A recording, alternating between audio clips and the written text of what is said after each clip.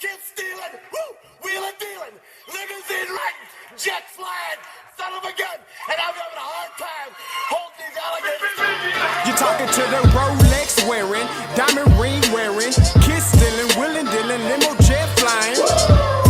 We Ric Flairing on us, flaring on us. We Ric Flairing on us, flaring on us. Rolex wearing, diamond ring wearing, kids stealing, wheeling, dealing, limo jet flying. We Ric Flairing on us, flaring on us. Yeah, we Ric Flairing on us, flaring on us. It's apparent these girls staring. I'm Ric Flairing, gold across my chest. I'm fresh to death, I'm Paul Bearing, not at all scary. When I open like Fetty Wops, then find to these circles that's going in like a carry shot.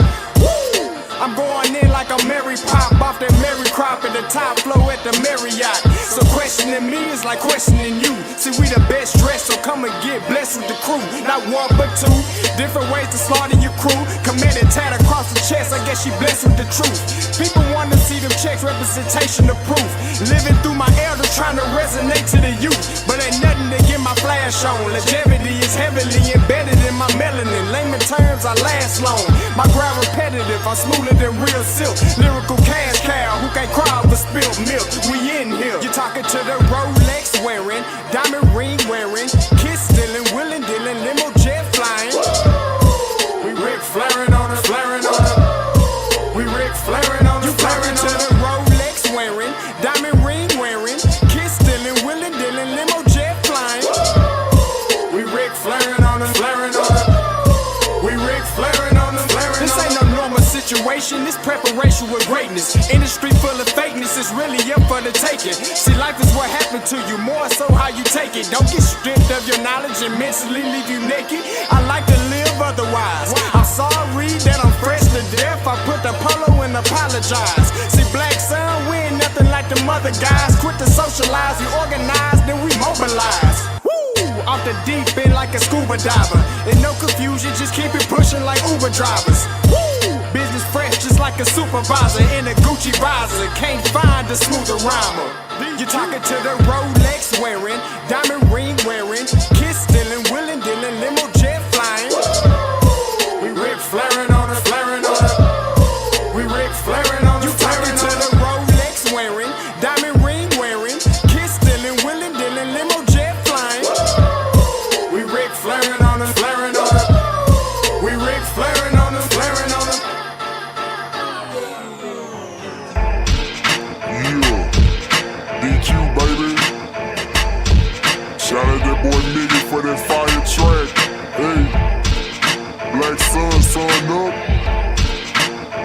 What's up, Vinny Vegas? What in Vegas? Yeah. Shout out Pharaoh's Kids, D-Phase, yeah, Bubba C, yeah, Ric Flairing on them, Ric Flairing on them, Ric Flairing on them, Ric Flairing, son up, baby. Hey, Roundtable Season 2. Scotty and Blue. Backpack coming through. Let's square it away, ain't nothing like the round table. I pay you if able to find better on cable. They made you appreciate Scotty and Blue. Football media, walking encyclopedia. Scott understand the Blue got the stats handy. Football the topic around it, they ain't dancing. Stat sheet longer than Clifford Harris's rap sheet. He run a phone, please see why you playing them that deep. Awkward silence, no need to be quiet. You know you saw the game, we might as well talk about it. Somebody caught a body in front of everybody. Pick six, cornerback out here committing robberies. How much you wanna bet we could cover the spread? 50 yards in the game, 100 after the catch. Throw it up if you want, I'ma grab it and flex. Season 2, Captain Pettier, still with the mess. You can move how you want, but we gon' move too. Round table with your boys, yeah, Scotty and Blue. Backpack. Poet. What is going on, everybody? It's your boy Scotty. You already know me, my boy Blue. What's good, man? What's good? You are watching the Round Table. You already know Championship Week. This is what we do, breaking it all down for you as we do so well. What's going on, Blue? How I know you're a little under the weather. Ah, man, dude, I don't know what it is. I'm talking about it sounded like yesterday. I canceled my live stream. It sounded like I smoked like 15 years of unfiltered cigarettes. I'll talk about it sounded like I had one of the things you had to put up to your throat to talk. It was rough. So we're doing a little bit better today, man. But if I sound like I'm dying at any point in the show, we're good. It'll be good about 5 minutes. Oh man, we'll let you take a break. We'll take a quick commercial break, let you get some soup. You know what I'm saying? That boy said, yeah. Stupid. All right, man. Listen, once again, guys, you watching the Roundtable, breaking down all your football news. Listen, this how the show is gonna go today. I'm gonna give you the heads up. All right, we're gonna break a little. We're gonna not break a little news. We're gonna talk a little news, talk a little week 13. Of course, we're gonna get to the SWAC Championship, and the last will be the SWAC and MEAC Awards. You've heard it from a lot. Listen, the boy Wonder is in the building. He's gonna break it down for you of what he saw, what he sees, how the Bluebloods gets down, and everything like that. So we're going to take all the calls at the end, of course, but I'm going to leave the awards for last because I know that's going to get everybody riled up. So you can call in, say what you want, do what you do, but watch my shoes. Okay, here we go. Let's get into it. All right, so first thing first, listen, news to know, okay? News to know. Abdul Fattah Ibrahim, two-time All-American from Alabama A&M, the wide receiver, is now in the portal. He made that announcement today, and as well as 6'4" quarterback Miles Crawley from Alabama State is also in the portal. Blue, I mean, I know you're probably gonna be like, man, Abdul. I want to hear what you have to say about Crawley as well. But how do you feel about Abdul jumping in the portal? I think he's looking for a FBS opportunity. Absolutely. I mean, he has 1 year left, and he's looking to go increase his draft stock. I mean, this guy's he's done everything. Like, there's no reason to. He got a medical. He's probably going to apply for a medical. I think he did a medical this one, so he might apply for it. So he might have 2 more years. Well, there you go then. I mean, he's accomplished everything you can at the FCS and SWAC level. I mean, there's no reason to transfer to another SWAC school. You're like a 3-time SWAC All-Conference. Yeah. You've been an FCS All-American. You were a Jerry Rice Award finalist. You were a freshman All-American. Like, man, go try to make some money, stay healthy, and go prove yourself on the FBS level. Now, for Crawley, I think the options are a little more wide open. I don't know if necessarily he's an FBS guy, but I think there's going to be some quarterback openings across the FCS that are going to be extremely interesting. And you never know. He might fall into a really good situation at the Group of 5 level, but I don't think he's a P5 guy. He's got the size. I think he's got the intangibles. And I think you saw the Alabama State offense at times was a little bit more consistent with Crawley than it was with D. Davis. Now, D. Davis is still really young. We'll see what he turns into, but I would imagine Crawley's going to end up somewhere else in the FCS, but I can't imagine any way Abdul doesn't end up at some FBS program. Oh man, listen. I think Serve said it right. Him seeing what OJ did in the MAC at Bowling Green definitely is like, okay, listen, I'm gonna go to a little bit bigger platform, probably get a lot more money, in the scholarship realm and all that does, and actually be successful. And if we're being honest, listen, Alabama A&M is a breeding ground of receivers. The guy at, I think, U of H, Dale, who's like top 10 in receiver on somebody's big board, he came from A&M. You have OJ Hilaire, who went to Bowling Green. He came from A&M. Abdul is going to be another one of these guys who they have breed and groomed, and now they're about to Tank Dale from Houston. So, he's just going to be another one of these guys that are going to make the jump. I don't blame Abdul. Listen, go get you. Like you said, you've done everything possible in this conference. Go up, make the jump, get your medical year back, and go do something. This kid, Miles Crawley, I like Miles Crawley. I like Miles Crawley a lot. A lot of people are like, Scotty, you're a quarterback. So listen, man, everybody can't be perfect like Blue. Okay, everybody can't be perfect like Blue, but I do like Miles. He's 6'4", has a talented arm. If I was anybody in the SWAC that needed a quarterback, I would be calling, I would be blowing up. I would sound like a stalking girlfriend at Miles Crawley, okay? I would be blowing his phone up. If I was Alabama A&M, I would be blowing his phone up, okay? Like a chick looking for rent payment by this dude. I'm telling you, he is he's special, man. He's talented, and if he goes Group of 5, I wouldn't blame him. 6'4", big body guy who can sling it and can move. From what I heard from some players from the team, they said it was kind of disjointed because half of the team really wanted Crawley, and the other half of the team wanted Demetrius, and that's kind of where that went. But man, yeah, Miles Crawley he's a talented guy. I can't wait to see where he goes. It'll just be tough, especially for Abdul, as talented as he is. Man, there's like 600 plus FCS players already in the portal as of today. And I mean, that number's probably going to hit 7 by tomorrow. And that's not even including all the playoff teams, Jackson State, NCCU, that their season isn't even over yet. That the players could still enter if things don't go how they play. But also, man, FCS wide receivers, I'm talking about everybody's getting offers. Dre McCray from Austin P is getting P5 offers. Armstrong from Texas A&M Commerce has any P5 offer you want. I mean, the list is so wide receiver talent from the FCS is going to go huge. And you look across the FBS landscape this year, Tyler Hudson, a guy I was really high on last year, man. He's only the 8th player in Louisville history to hit the 1,000-yard mark, and he did it in his first year, and is a first-team all-conference guy in the ACC. Man, P5 people understand how talented these wide receivers, corners are at the FCS level. I mean, they're picking them apart. And then offensive line too, the Rhode Island offensive tackle, I believe it's a Johnny Cornelius. He already has like 7 SEC offers, and he entered the portal yesterday. Wow. The second highest graded offensive lineman in the entire country this year, according to Pro Football Focus, had like a 90 run block grade. Scotty, he played over 700 snaps this year for Rhode Island, allowed 1 sack and only 6 QB pressures all season. Ooh, that's different. But once again, these FCS programs have become a breeding ground of development, and you know what I'm saying? Oh, you want that bet? You want the bet? Hey, listen, you got to call in if you want the bet. Let me open these call lines up just in case. And I'm still taking bets on people who think such and such is, you know, who is staying.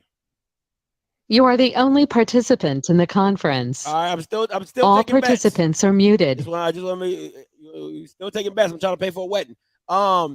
So for me, like FCS programs have become a breeding ground of talent, of development, and where P5s can really come in and just say, hey, you know what I'm saying? It's doing, we'll take them as is.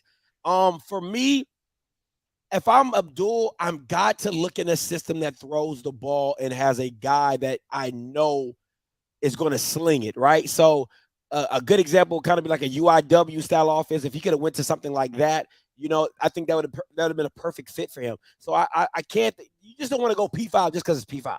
You want to find a system that fits. You know, you want a receiver that can throw that thing. I mean, you want a quarterback that can throw it 30, 40 times, and you get about 5 or 6 receptions per game, and you make your stuff off that. So I'm excited to see it, but I'm telling you, if I was a SWAC school or MEAC school looking for a quarterback, I would be blowing Miles Crawley phone up. I'd be calling his daddy.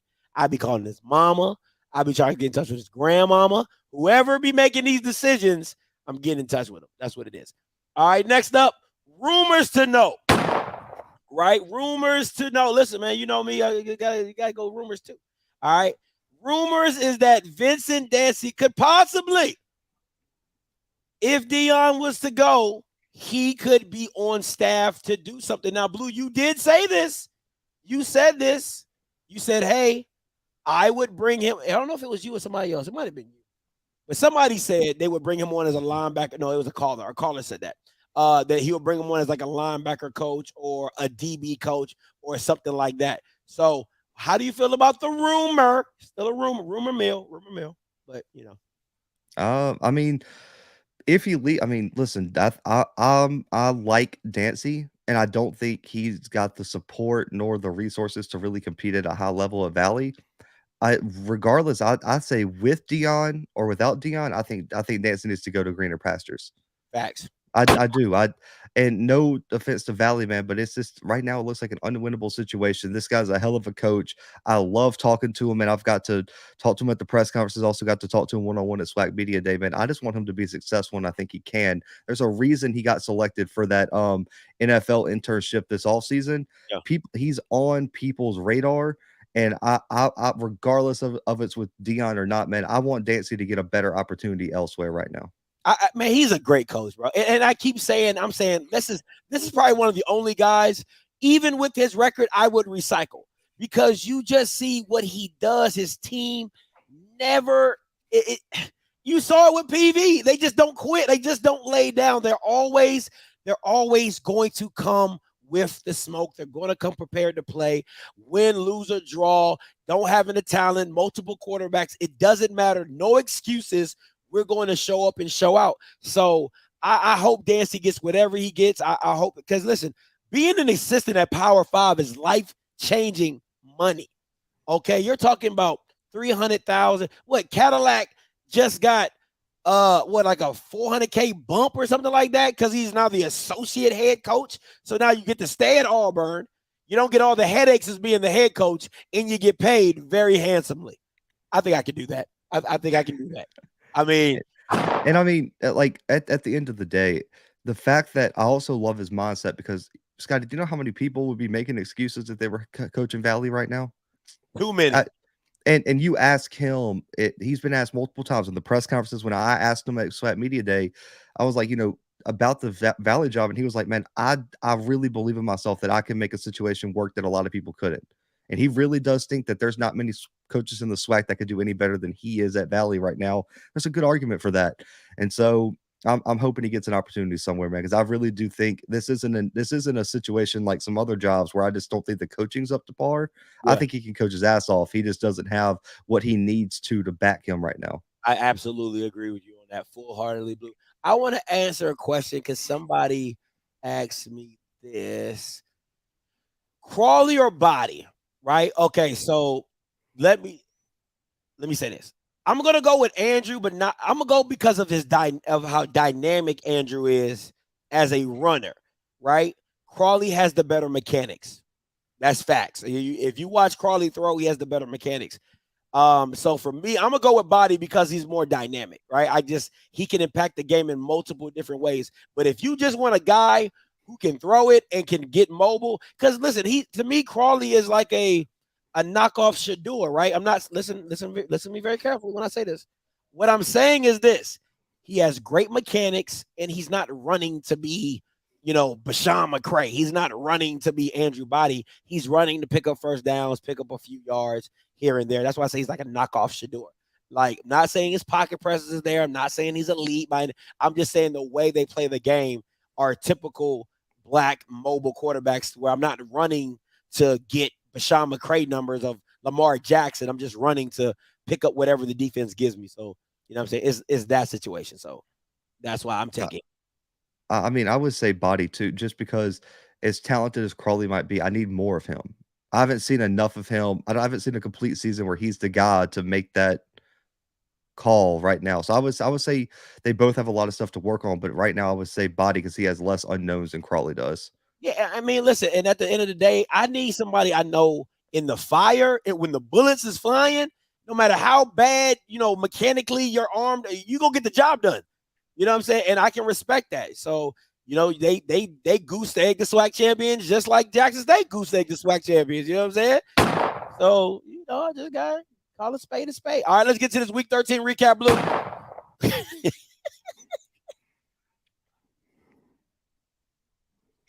I don't even have an answer for this one. Do you? Like, at the end of the day? Like, man, if you would have read off some of like the stuff Bama State did, I thought they would have won this game running away. Man. Kayvon Britton's a bad man, though. That's all you had to put up there is Kayvon Britton's a bad man. He's cold. That boy cold, man. That boy is a cold dude. I don't really. Yeah, listen, man. Because the game wasn't, if we're being honest, I don't think anybody even talked about the game. Like, because everybody just assumed Alabama State had this in the bag, which they should have. But, man, sometimes you just see the lack of, like, of game management in hindsight. And I hate to I hate to be that hindsight 2020, but I just never am a fan of doing I don't want to say a high risk, because I mean a toss sweep technically is not a high risk. But bro, just run the damn ball up the 8. Just hand the ball off. But he could have fumbled it. Listen, man, it's so many ways that you could have fumbled it.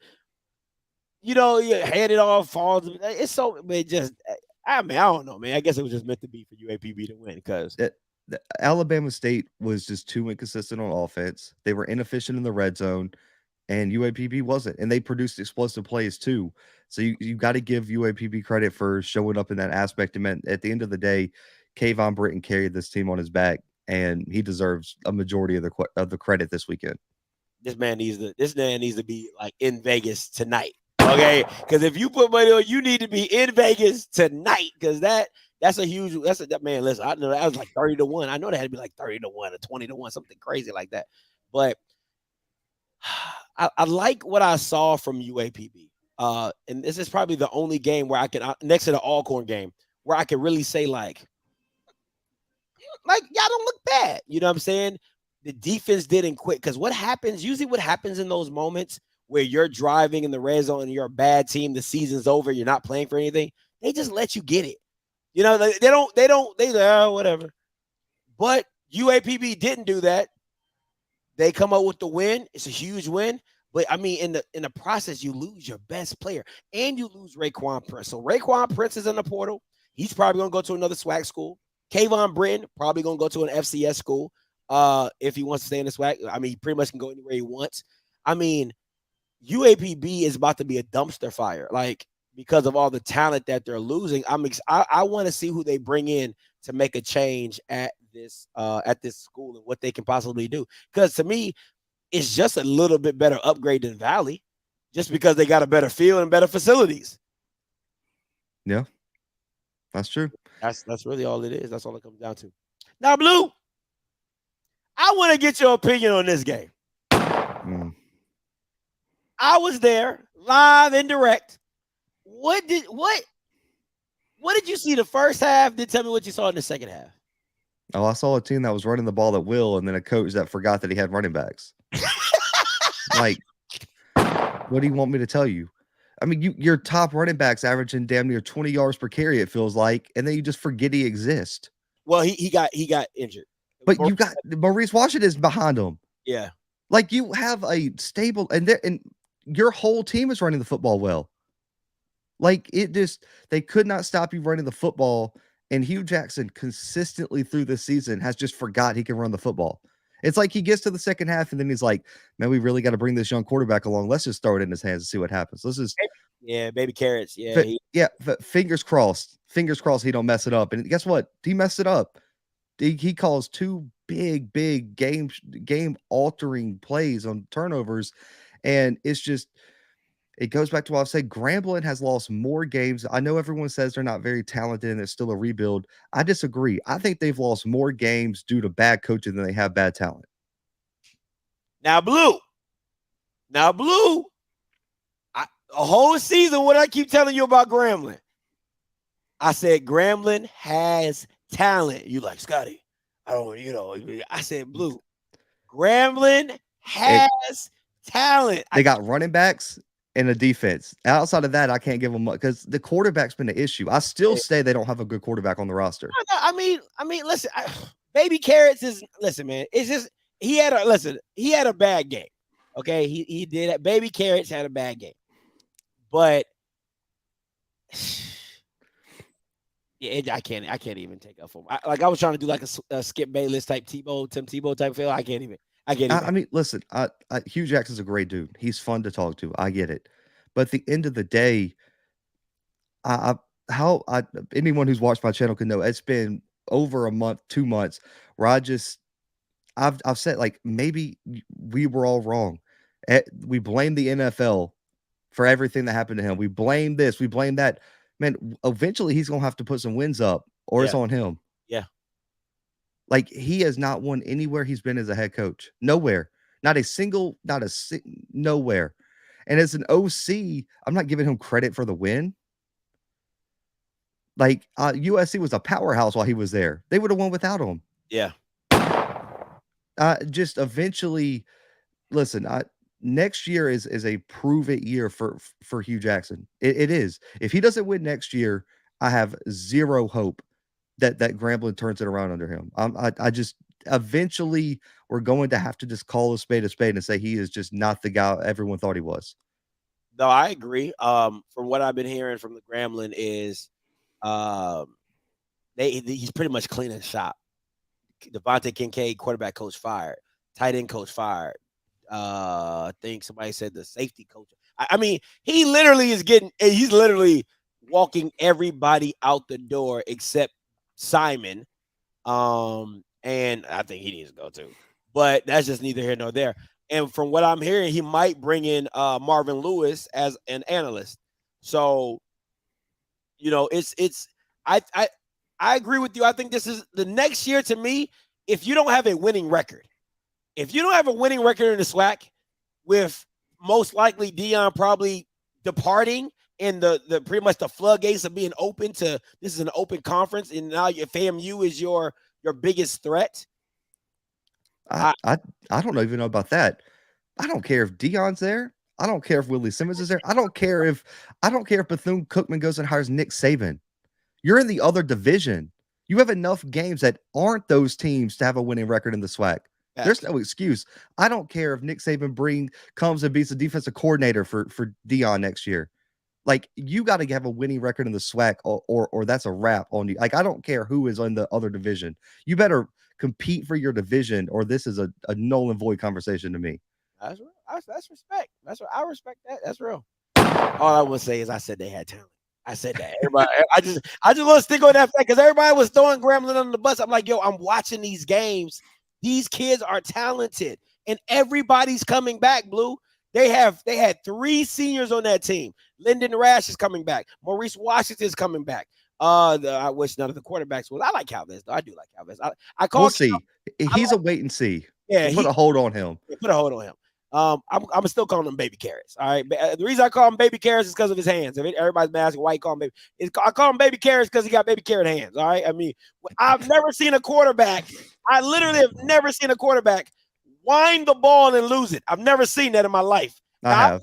Jeremy Johnson, 2015 LSU. See, that's a long time. That's a long time. Yeah, it's been a while. It's been a while. So I've seen the empty hand throw. I've seen all that. But I've rarely seen somebody wind the ball up and lose it like here at this point. Not here at this point. So yeah. Baby Carrots is his name from here on out. Is Baby Carrots. So he need to be like Teddy Two Glove. Okay, he need to start wearing some gloves or something. Do whatever. Get some stickum. Just stick his hands in like the buckets of stickum like back in the day. Oh, something, bro. Like, come on, man. That's a big game you lost when you was in control of. And next year, if Maurice Washington does not have more than 150 to 200 carries, I want everyone in this entire state fired. I'm talking about school teachers, bus driver, like everybody. Maurice Washington better have more than 200 carries next year.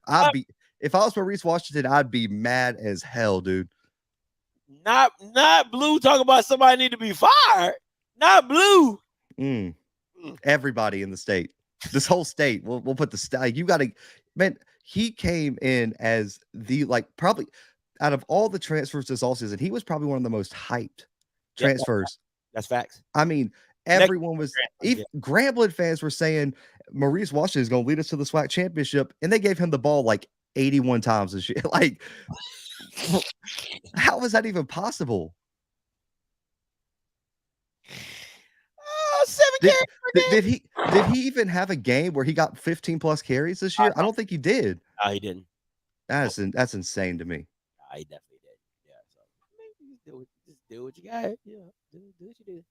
We'll see what next year looks like. We shall see what next year looks like. Let me see here. Oh, my bad, guys. I'm trying to get my music together. I'll be ripping and running too much. All right, you already know what it is. Oh, no, did I miss it? I did miss it. All right, hold on, let me go. See, I downloaded the wrong graphic. Let me get there. Let me get there. I'm in the wrong slides.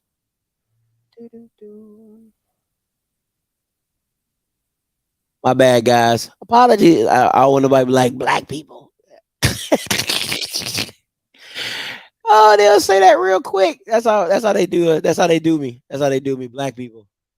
Just tell them I messed up. I just like blue messed up the slides. Nah, they would never believe that. Blue always be like, Blue prepared. They be like, we know who effing it up. We know who effing it up. All right, here we go. All right, so listen up, guys. Appreciate your guys' patience. Game of the week, game of the century, Boombox Classic. Game of the century. Yeah. Oh my God. All right.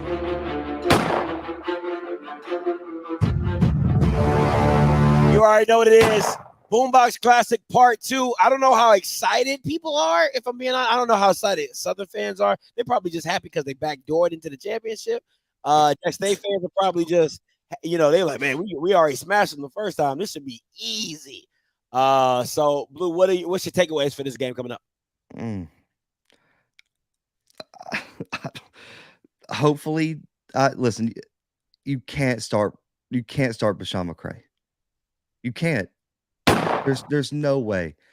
You've got to give yourself a chance. You already are missing Gerard Sims. He was the only explosive offense that they had last time. And he's hurt.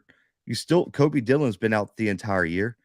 So you're relying on two really, really young running backs, including Carl Ligon, who I think is legit, but I don't think he's that guy yet. And then on top of that, if your defensive line's got to get pressure, but the problem is last game, Scotty, you know this, they got way too far. They were so determined to get to Shador, they got out of their rush lanes. Yeah. And Shador ate them up by escaping the pocket, and they did not have a spot, and the linebackers were nowhere to be found. And that cannot happen. If you let Shador start burning you up on the ground, it's a wrap. Because they're going to give Savion at least 20 carries. And the number one thing is you can't allow explosive plays, and Southern consistently allow JSU to eat them up with explosive plays. And with their lack of offensive efficiency, I really don't think Southern's defense is bad. The problem is they're out there for 35 minutes of the game. Like, you can't keep your defense out there that long against Jackson State. You're eventually going to wear down. So Dooley's going to have to figure out something to at least establish some sort of rhythm. Even the drives you don't get points on, you have to at least get 2-3 first downs. Control the ball and give your defense a break, and have Jackson State on their heels thinking about that you potentially could do something. But on the other side, the question becomes, even Prom said this, is he didn't like that they had a bye week. He was like, man, we were rolling, like, you kind of took the momentum out of our hands, and we didn't want an off week where we were just sitting there. What's the energy like for Jackson State coming out of the bye week? Now, in their regular season bye week, they came out firing and had a big performance. And so if that's the case, Southern looks like they're really, really out of luck here. I don't see this being 35-0. I think Southern at least gets some points on the board, but there's nothing that I've seen from that 35-0 win for Jackson State up until now that Southern's gotten better in, and they've lost significant key players to injury. So I still think Jackson State wins this one convincingly. Two questions for you, Blue. Question number one, how do you view Dooley if he ends up starting McCray, which everybody says that's where it's looking like? How do you view Dooley as a head coach if he comes out starting Bashawn McCray? It's a double-edged sword, because we've said this before, where all you needed to do was bench the quarterback, and then it just turned out that team didn't have any good quarterbacks. Yeah. The scary fact may be that they, like, whoever, even if he doesn't start McCray, what's the narrative? He starts someone else and they suck even worse than McCray did. It could be the case where he might be the best quarterback they have, which is a terrifying fact for Southern fans, and no one wants to believe it, but there's a chance that's the case. We've seen it with Valley. That's definitely the case. I mean, but we saw Bubba last year, be more, and this is bad. Bubba didn't even have a great year last year, but was more productive than Bashawn McCray has been this year, passing wise, with a team that's somewhat not as talented as this team. If people would say receiver wise, definitely not as talented as they are this year with Petrie and Cornelius, or whatever his name is, and Ethan Howard, and you had Gerard Sims early and things like that. You know what I'm saying? So you have that. So to me, Bubba at least has tape. When you're talking about Valley, there was no tape on the backups that Valley. There was no tape on Jamari Jones. He was just coming from JUCO. There was no tape on the kid behind him that, you know what I'm saying? So you really just had Jelani and then whatever else. But we've seen Bubba. We've seen, him play against Jackson State last year and have a pretty decent game. We've seen Bubba play against other teams in, all corner and have pretty decent games at the quarterback position, asking to throw the ball. I don't think to just say that they're not that good. I can't say that. I just think, to me, Bubba gives you a better opportunity because I've seen him actually throw the ball and be consistent at throwing it. But going back to the question, how do you feel, how would you look at Dooley with starting McCray?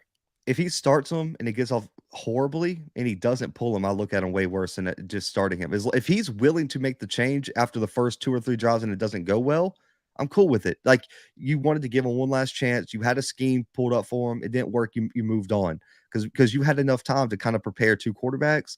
If he doesn't pull him and he plays him the whole game and they just lose due to the fact of his loyalty to McCray, I look at it a lot worse. And I'm saying that's a horrible coaching decision because it's confusing because he wasn't afraid to pull Jawan pass. No, he was. Remember, he didn't pull Jawan until like 4 minutes left in the fourth quarter. But he still pulled him though. He's still like eventually, and I get why he didn't, because at least Jawan Pass had a great season. Yeah, he did. You did. I mean, he earned that, I would say, leeway.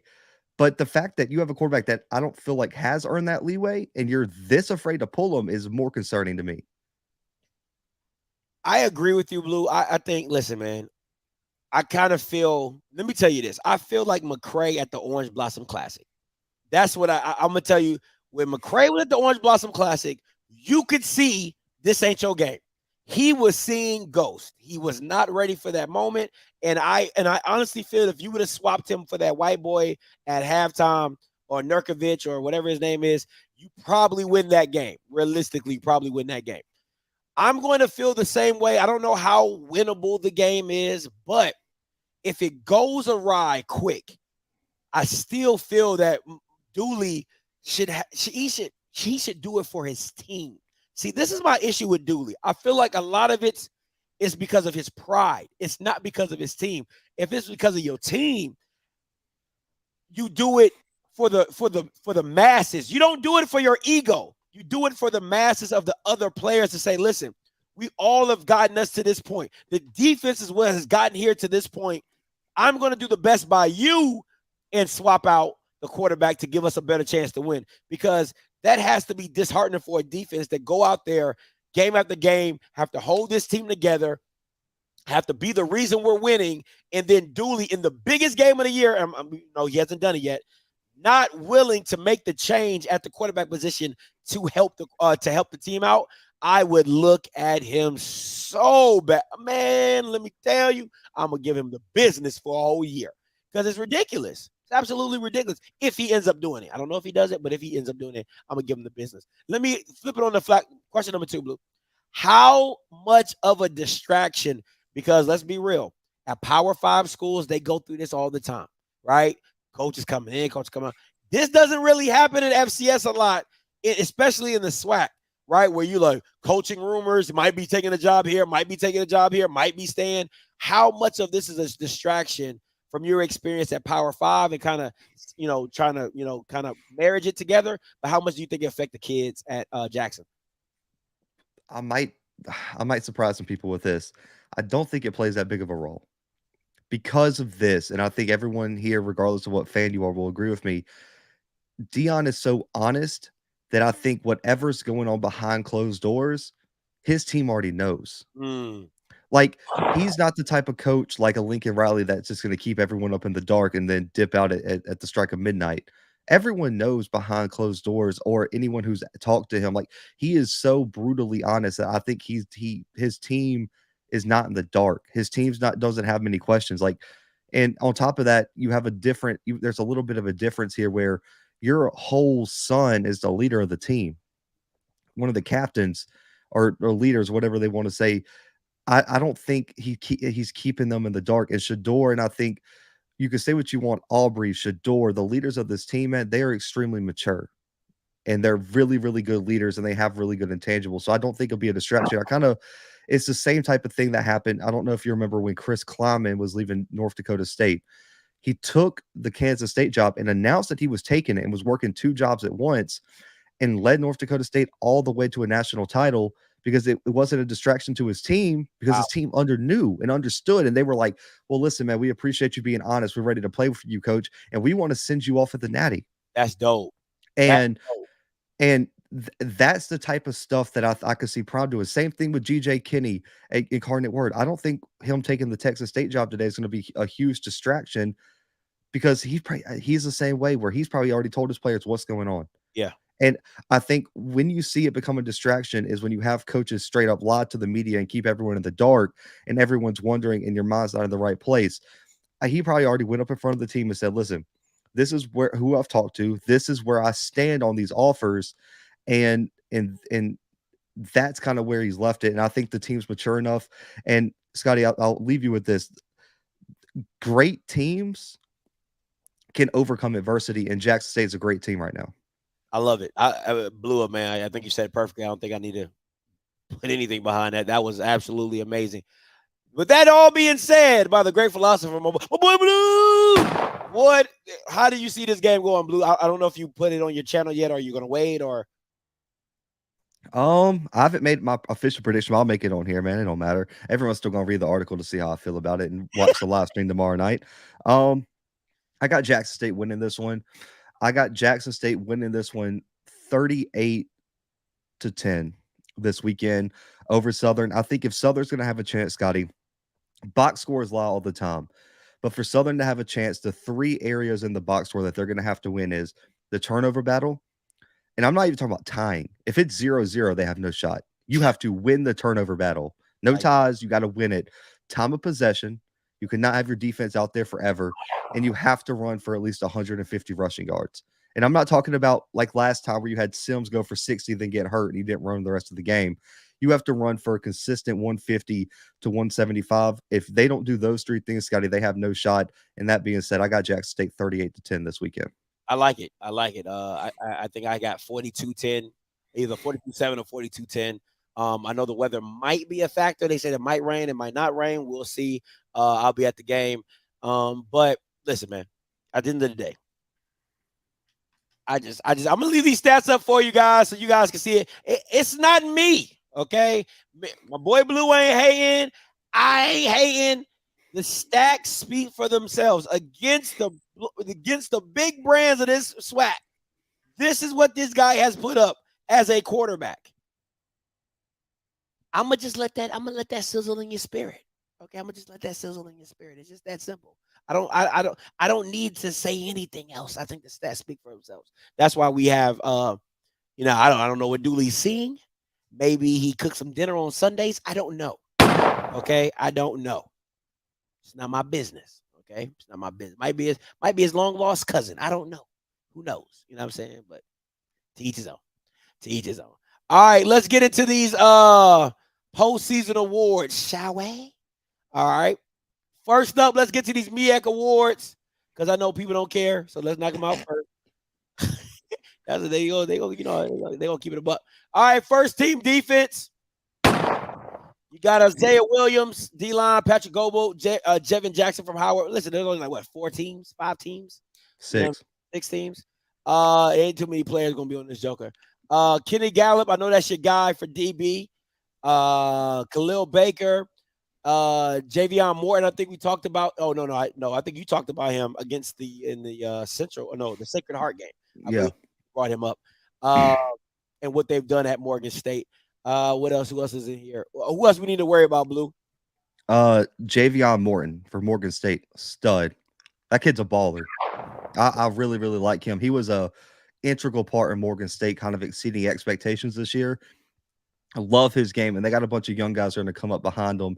And also, Keith Jenkins Jr. too is ridiculous. I mean, in the open field is a problem, and he's only you can see down there he's only a freshman. Yeah, he's going to be a playmaker for Morgan State moving forward. Javion Morton is a senior. Is he coming back for another year? I don't think so. I think he's gone, if I'm not mistaken. He might have a redshirt year left, but I'm not 100% sure. But I think he's gone. We all know about BJ Davis. He has also been in the portal. He also jumped in the portal. Tyler Long too. Wow.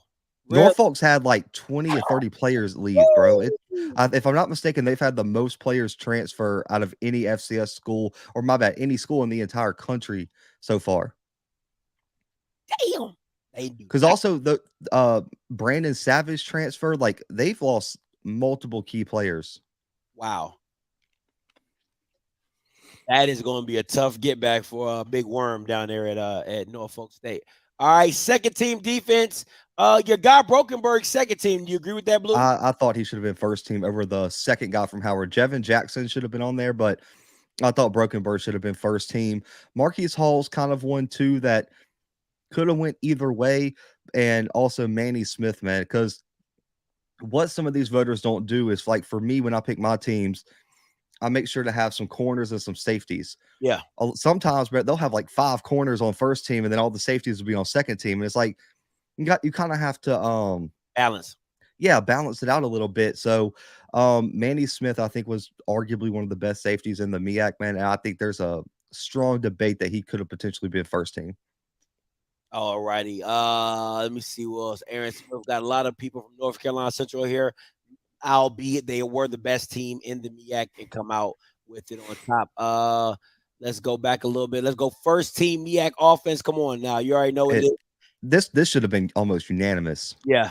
I mean, who else do you put up here, man? Alfonso Graham was one of my favorite players to watch, man. He electric. I didn't know he was a senior. Oh, wow. No, okay. So I heard, I mean, I got to double check with him. He posted today that somehow he got an extra year of eligibility, and that he's in the transfer portal as a grad transfer. So he committed to go to the Legacy Bowl, but posted today he's transferring. So he might have another year, and he might try to go somewhere, which would be huge for him, just in terms of production. If he can get on a little bit of a bigger scale, no offense to Morgan, but getting him on a grander scale would have been huge. And then for offensive line, you got 3 of my favorite offensive linemen just in the entire country, and Corey Bullock, Robert Mitchell, and Aneem Dankwa. Those 3 guys arguably might be 3 of the best just offensive linemen that I've watched this year, man. And Robert Mitchell won the Offensive Lineman of the Year award for the MEAC. All 3 of those guys have potential to play at the next level. I like it. And Dankwa is definitely one that's a solidified. And I mean, North Central to have 3 guys on there, and one being a sophomore, they had very, very, very a lot to build with. And you already know you got the quarterback, Richard, coming back as well. Second team, Quentin Williams. Let's see what else we got here. Marquise Gillis, Daquan Felton. You know what was a big shocker for me this year? Norfolk State's running back. What's that kid's name? He was picked to be a JJ. His season was disappointing. I think that just goes with Norfolk in general, just being completely disappointing. And that hurts. I definitely thought that kid is special. He needs to be in the portal. If I was him, I'd jump in the portal because Devin Smith, too. I don't think he got enough credit. I think Rashard took a lot of his shine. And listen, it was tough to pick wide receivers for the MEAC because Shaq Davis was going to have one spot and the other kid from Howard was going to have the other one. But Devin Smith had a really, really solid year, I think, at the wide receiver spot for Central. EJ Hicks did his thing too, but Devin Smith was really the go-to in the red zone for Rashard this year. And I think he's someone to watch in the Celebration Bowl because he's a shiftier guy, a great route runner, and I think he could make a huge impact in that game. I like it. All right, so those are your MEAC first team, second team. Let's get to what it is. We already know what everybody came to see. SWAC preseason, postseason awards. First team offense. All right, Blue already went over there. Any issues with this at all? The only one, okay. I got an issue with the SWAC, and then I got an issue with like one vote. I don't think there's a lot of debate here, but I do think, man, in the age of wide receivers and the spread offense, you got to have more than 2 spots on your all-conference team for wide receiver. Scotty, when's the last time you saw a team run a 2 wide receiver set? Not in never. college football. Not never. It's just too much. Like, you got to have a third spot, and if you extended it, I think Shane Hooks takes that third spot. Shane Hooks had a stupid year in terms of touchdowns and yards per catch. I know your guy from Texas Southern was there, but I think his lack of production in terms of touchdowns and also big plays, he wasn't very explosive, and also he only had 35 catches. So that really takes away from his overall. 35 catches for 560. He has the second highest yards per catch per game. You know what I'm saying? You got to turn him into touchdowns. That's the only thing. Yeah. But I think he should have been considered. But I think Shane Hooks would probably take that third wide receiver spot if you're really looking at full resume. I don't think there's any debate that Kamari Everett's the best tight end in the SWAC. I love the offensive line for the most part. I think Evans and Centers are unanimous picks. Like, you can't have a first team offensive line without Mark Evans and Centers. And I see people saying Willis Patrick, but what they did is Centers and Evans play tackle. Tyler Brown, Dallas Black, and Jalen Goss are all interior guys. You can't have 3 offensive tackles up there. And so Willis Patrick is not better than Drake Centers or Mark Evans. And it's not a debate. It's not for debate because it's not any film will show you that. He's not better than either one of those guys. Tyler Brown, Scotty, you remember, I told everyone the day he committed, Tyler Brown was going to be first team all SWAC. Yeah. And Tyler Brown is that dude. He is just that good. His leadership. ULM, right? The ULM. No, Tyler Brown came from if I'm not mistaken, Tyler Brown was the one from Louisiana Lafayette, if I'm not mistaken. Yeah, ULM. Or Monroe. I thought it was from Monroe. Or ULL. If it was it from ULL. Okay. Yeah, Bro was the other one from ULM. Was Zach Bro, but Tyler Brown was from Louisiana Lafayette. Stud. I got one of the coaches from FAMU texted me and said Goss is a tackle. Okay, well, he came. Okay, I knew he came in as a guard, but man, they got 3 tackles on here. I don't already like it, but I'll leave it. It's fine. Man, you got to have some balance because offensive tackles are really, really valued. Like, man, you gotta have some sort. Like, the interior guys got to get some love, but it's fine. Jalen Goss did have a good season. FAMU's offensive line in general didn't develop well, but he had a good season. I'll give him that. But the only thing I'll say, the Savion pick, a little iffy, especially with Britain. Because I'll say this, because the excuse for Savion is that he's on a better team. And since their stats were similar in terms of yards per carry, carries, I don't hate that they gave him the nod. But if everything's equal across the board and he doubled a dude in touchdowns, that's tough to say. So, because that's questionable. Then it goes back to production, right? Because just like you said with Dallas Daniels and Shane Hooks, right? What's your production? So the fact that a guy leads, I think he led the SWAC with 16 touchdowns at the. He led the SWAC in total points accounted for. So for like a skill position. So to me, it's like on one of the worst teams. So all they could do is focus on Kayvon Britton because that's literally all they had. So it like I said, Wilkerson, Britton, it's your preference. For me, it is what it is. Because the excuse that I hear is that Savion didn't start early in the year, but Savion and Kayvon had only 2 carries difference in their total carries this year. Yeah. So with 16 touchdowns. Now let's be real. I'm gonna keep it a buck with y'all. You know I do. If you gave Sylvion Wilkerson all those red zone attempts that Shador had interceptions, this isn't even a conversation. So Sylvion Wilkerson probably has 12 to 13 touchdowns. If you give him the red zone attempts that Shador either misplays through interceptions or ended up with field goals, Sylvion Wilkerson walks away with first team and you're not even batting an eye. So let's call a spade a spade. You got to call a spade a spade. Yeah, and someone asked me that. I was just on the show earlier today where they asked me about that, and I was like, listen, you can say that. I don't mind them giving put the ball in your best player's hands and let Shador do his thing, but you can't say Savion should be first team because we took the ball out of his hands. The consequence of you not giving him those touchdown carries, the consequence of that is him not being first team. You can't have it all of the ways, but I don't hate Savion first team, but I do think it's tough for Kayvon that he didn't even get the first team nod after the season he had. Yeah, I definitely agree with you. All right, let's get to this Second team offense, of course, Jeremy Musa, Kayvon Britton, Donovan Eaglin. I think those are, like I said, I think that first three is good.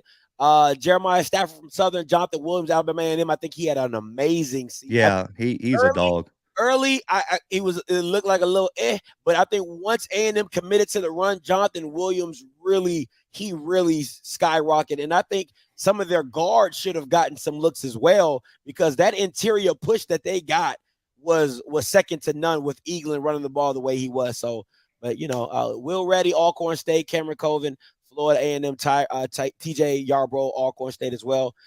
Shane Hooks, Jackson State, Jamar. Listen, I don't have no issues with none of this. Yeah, I'm good. I'm good with all this. I have no issues with none of this. All right.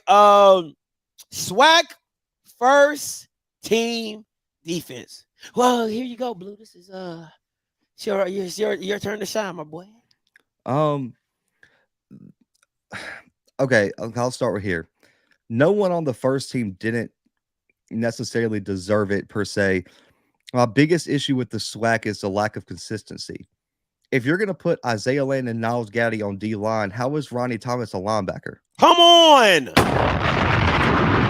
Because I get why they put Ronnie Thomas at linebacker, because on Valley's website, they have him listed as linebacker.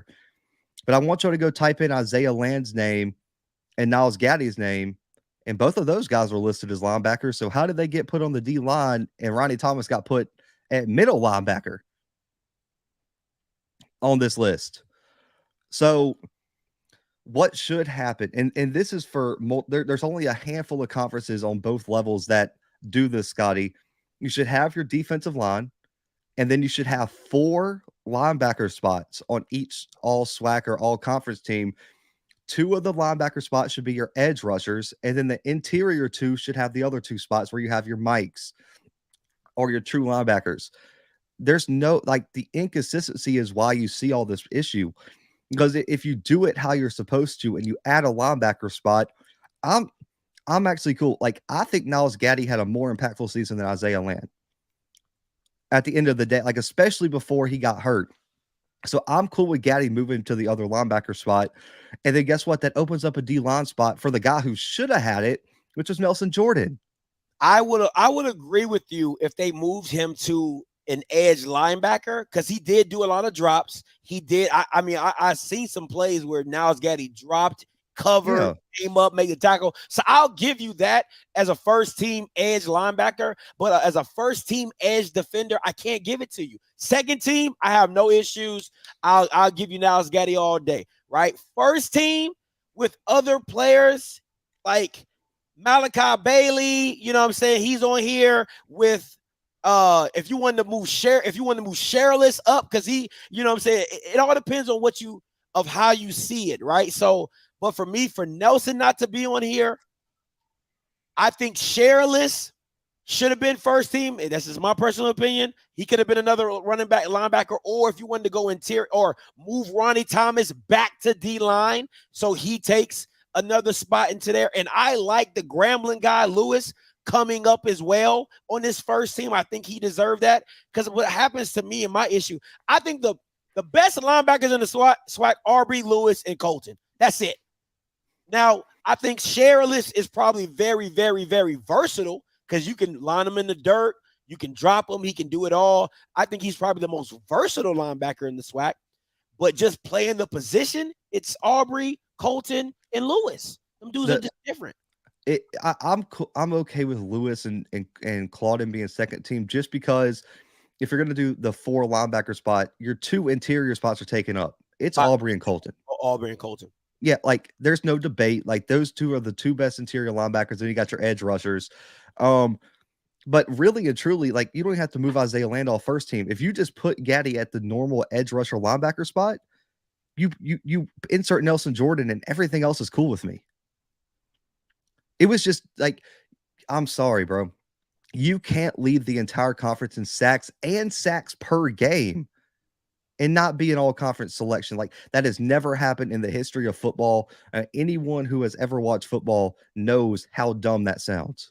Absolutely. Absolutely. And listen, man, my biggest issue is Ronnie Thomas at linebacker. To me, I think that's disrespectful. I just think it's disrespectful because that's not what he plays. So you're taking away you're taking away a possible another kid, you know what I'm saying, to have that spot just so you can make whatever room for whoever you might think you want. It doesn't, no, he does not play that position.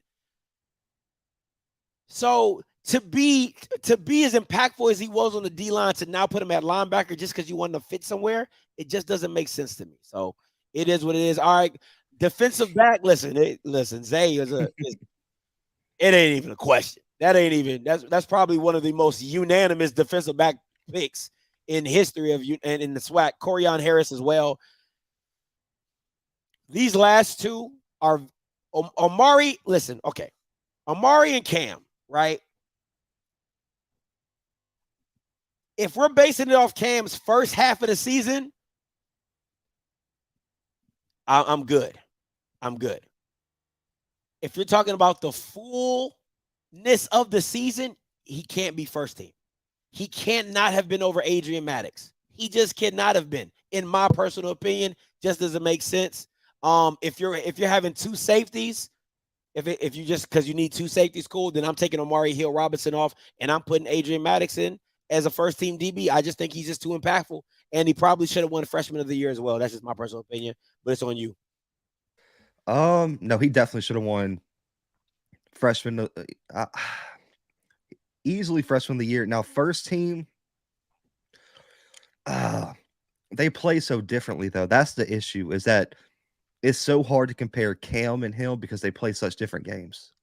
Well, if you're going to, like you said, if you're going to do DBs and balance it out between DBs and safeties, Isaiah will be a DB, Amari Hill DB, Corian safety, Cam safety. I don't know another safety other than Cam that would deserve that spot.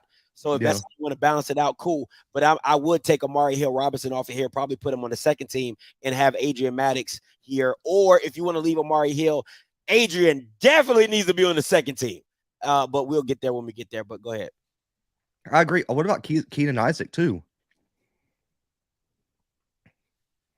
I wouldn't have a problem with him over Amari Hill either. I wouldn't have listen. If I'm being honest, I think the biggest snub to me is Kendall Bowler.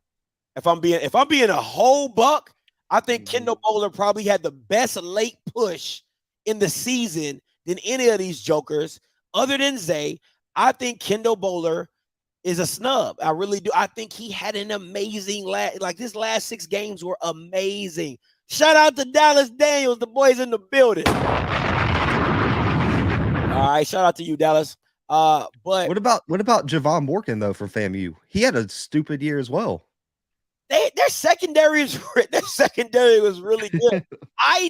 Me personally, I just think Kendall Bowler is different, man. Like every time I see Kendall Bowler, I'd be like, this dude is different. I would have swapped out BJ for Kendall. If I'm being honest. That's fair. I would have swapped because Kendall's different. Kendall's really different. And I'll say this, okay. This came from a coach in, let's see what division, the East. And this wasn't from a head coach, but I was told that a lot of coaches don't vote for players they didn't play against in a year. And you can only imagine what the SIDs do. Because they definitely ain't watching film. No, because I've seen it. Like, bro, I've been in the press box for how many games this year? Too many. Bro, SIDs literally are there from like 4 hours before the game working, getting like sheets ready, play calls ready, radio ready, TV ready. Like you got to do so much stuff. And then they stay 3-4 hours after the game, typing up all kind of articles, making sure you got participation right, making sure you do whatever. Like the fact that like it just blows my mind that like there's no like checks and balances to like how like anyone votes. I would rather see people build their team. I would rather see people say, hey, because from what one of the SID, shout out to Josh, he called in and said, hey, they just put us a list, kind of like the NFL 100 player list, where they just send you a list of all the players and whoever got the most votes, that's how they figure it out. And I don't think that's how it should go down. I really believe that you should be given a 2-team list or, first team, second team, and put people in their position of who you think should be first and second team, and based off those, that's how you make your team. That just makes sense to me. And Sonic Boom, I didn't say that's how they should do it. I said that's how they do it. No, he was saying, yeah. I'm about to say, like that's horrible. Like you gotta, like, I don't care, but I get it too, because at the end of the day, like, you have a breakout player. If a coach isn't playing you during the year, bro, they don't know. Yeah, they're not. They don't care. Yeah, they're not watching. I mean, it can't be perfect. You know what I'm saying? It can't be perfect. So it is what it is. I think they do need to have a nice little fan voting would be nice. But Jackson State fans would just. Yeah, you can't have a fan vote in college. Like, it'd be crazy. I don't know about that one. Like, could you imagine 22 Jackson State players make first team all SWAC? Hey, look, he's in the building, the GOAT, bro. Shout out to you, X, man. I know y'all probably don't watch us during the season because we probably be talking about you. But listen, hey, X, bro, listen. I've never seen, and this is real tough. I've never seen a team literally live and die with a receiver. I haven't seen it in a long, and I play. I'm a former receiver, so respect to you, X. That every week I would literally say, if you don't stop Xavier Smith, you don't want to win the game. It was that simple for me. It was really that simple. Great season, man. Great career. Hoping to see big things from you. All right. Second team. I ain't got no problems. Don't have a problem with Zarion. Don't have a problem with Justin Reagan. He came on really hard. He came on really hard late in the season. I mean, he just was playing out of his mind. I must say this. I think you probably could have found somebody other than Rashad Davis. He didn't have the season that he had last year, in my personal opinion. I know there's not a lot of safety, so you're kind of condensed in that field of who's a good safety. If I'm being honest, the only person I probably would have swapped out in the safety position, I think it's Higgins from Jackson. Yeah. Listen, I know he didn't play the last 3 games of the season because he's hurt. That kid is different. I would hate to do Urshot like that because he's available, his availability. It is what it is. But that kid Higgins is just Huggins. I'm sorry, Huggins. That kid Huggins is different. He's different. So I seen him match up with the dude from Campbell and literally take him out the game. You know what I'm saying? Like, I mean, run blocking, you're too little. Like, just on film, the kid is different. So that could have been I'm not going to, I ain't going to. I think Zay had a great season. Javion Morgan, BJ Bowler, could have swapped him out with Kendall, his brother. Either one would have worked for me. Lewis Matthews. Go ahead. Isaiah Major. He's definitely going to be first team next year. Yeah, for sure. Oh, he's definitely going to be first. That kid is everywhere.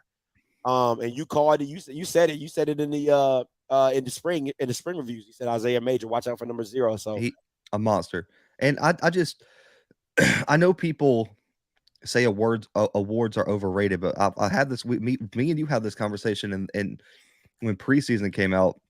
I really don't think people understand how hard these kids work to like get these awards. And when you have a guy like who's a senior like Nelson Jordan who doesn't get his all, like Scotty, he's been all conference or all freshman all American every year of his career.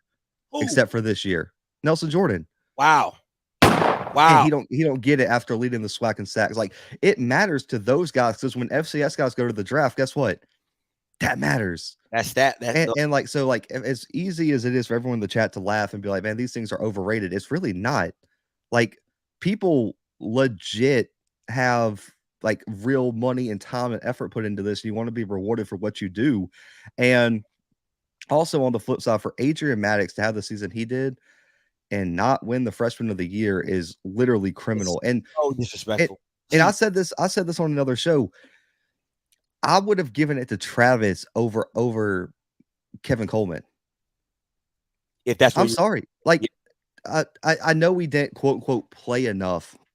Man, bump that. Like, y'all, the SWAC has 2 wide receiver spots, but now players can't play enough to, like, man, the rules and the way they do this is so backwards, but those small amount of games that Travis Hunter played, no one was more impactful than him in the entire SWAC.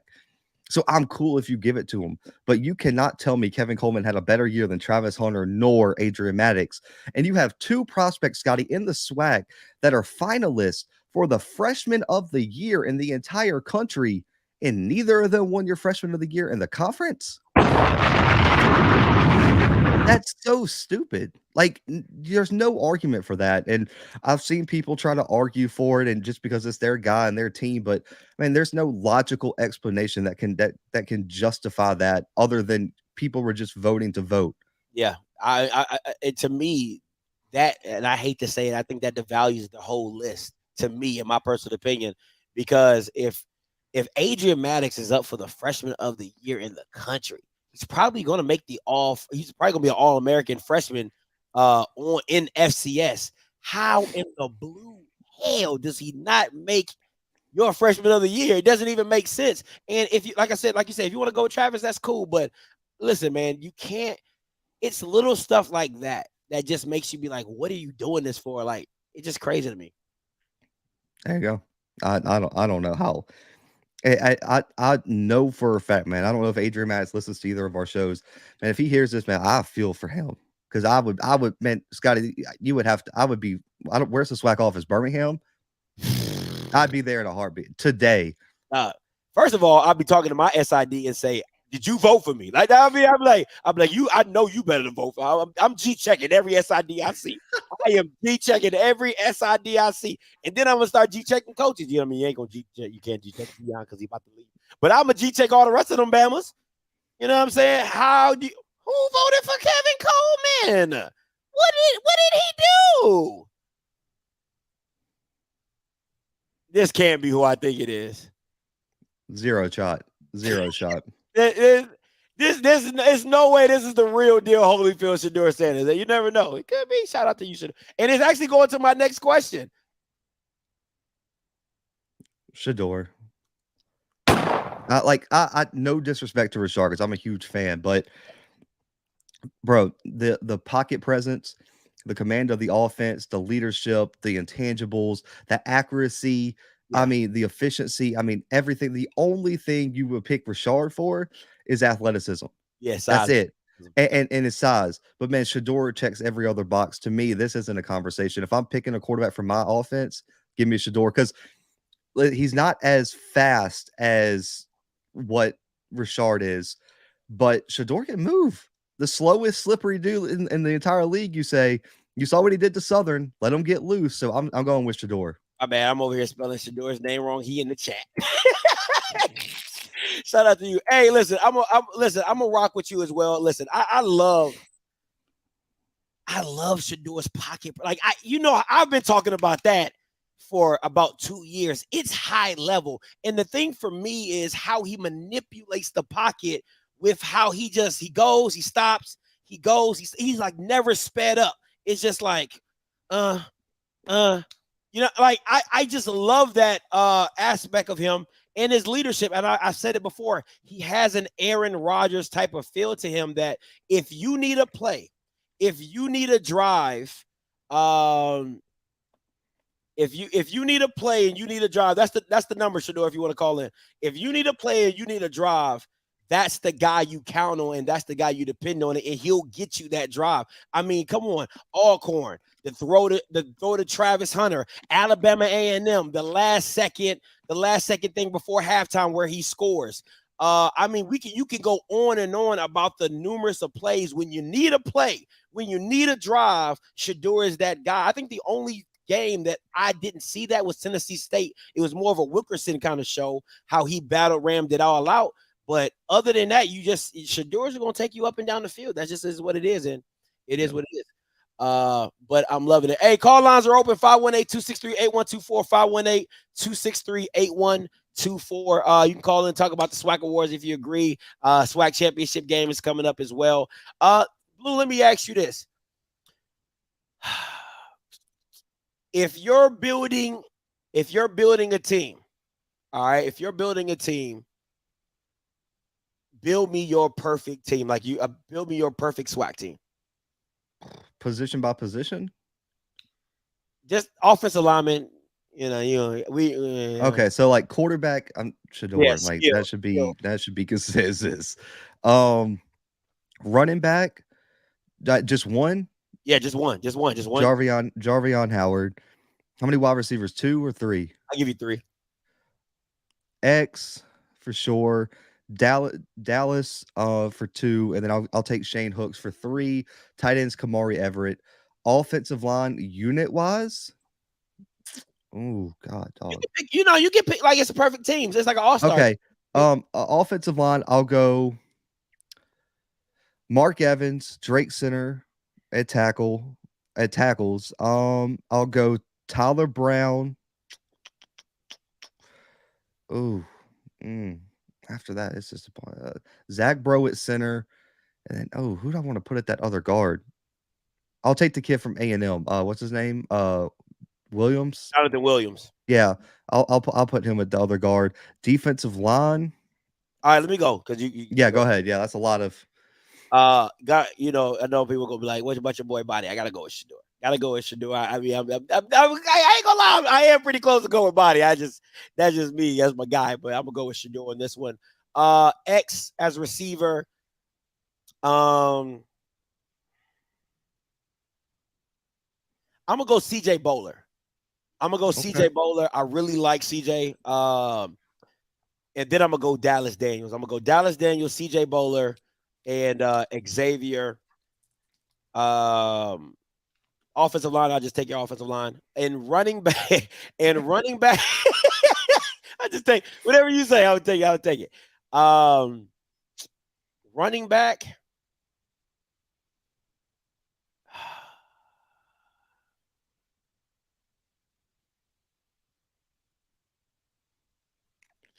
It's not as easy for me because I like boom bop guys. And Jarvion Howard's not a boom bop guy. Zero shot. Dude, we're completely different. I hate those type of running backs.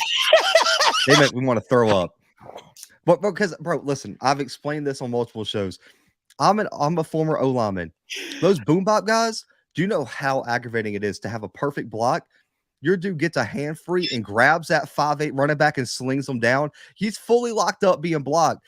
And you can't break an arm tackle? Miss me with that. I need a running back that can handle his own. I need a grown man running back. Oh, man. I gotta go Wilkerson. I'm gonna go Wilkerson. And the reason I'm gonna go Wilkerson is because I seen him boom bop in the hole. Oh, that Grambling game in the phone booth. Yo, listen, I will never forget that play. That was epic. So that'll be let me take this call, then we'll go defense. 9593 coming to you. Hey, caller, you live. How y'all doing, fellas? Hey, what do y'all think? I'm just asking a hypothetical question. To take the first and second teams all SWAC versus the first and second team MEAC team, what y'all think that would look like to be like a bowl game, the best of the two MEAC and the SWAC? Appreciate the call. I like that question. Oh man, that's good. Oh man, that's actually really good. So many moving parts. That'd be so tough. Let me go back and look at this. First team defense versus their first team offense. I'm saying SWAC just off the top of my head because you got so many teams to pick from too. You got 12 best players from 12 teams versus the best players from 16. I think pretty much I would say SWAC. I'll give me the SWAC. Yeah, I would have to go SWAC because I think you just got more. Like you said, you just got a bigger pool. You know what I'm saying? And I'm looking at this first team defense, like Jesus Christ, like like this is some high level stuff. And I'm not saying that the MEAC is just all world, but yeah, I'm not. Now that offensive and D line will be a nice battle. I think that O line and that D line will be a nice battle. And you still got Shaq. You still got. I don't know. I think the receiver. It'd be a close game. I think what's going to hurt the MEAC is the third receiver. Who would be that third receiver? Going to to really start that because it's going to be spread. So who would be that third receiver? But I'm excited. Yeah, that'd be nice. Sign me up for that game.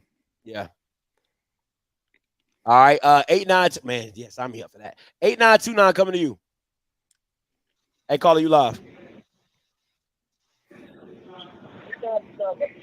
Hello. Yeah, you live. Talking to me, right? Yep, you're live. Oh,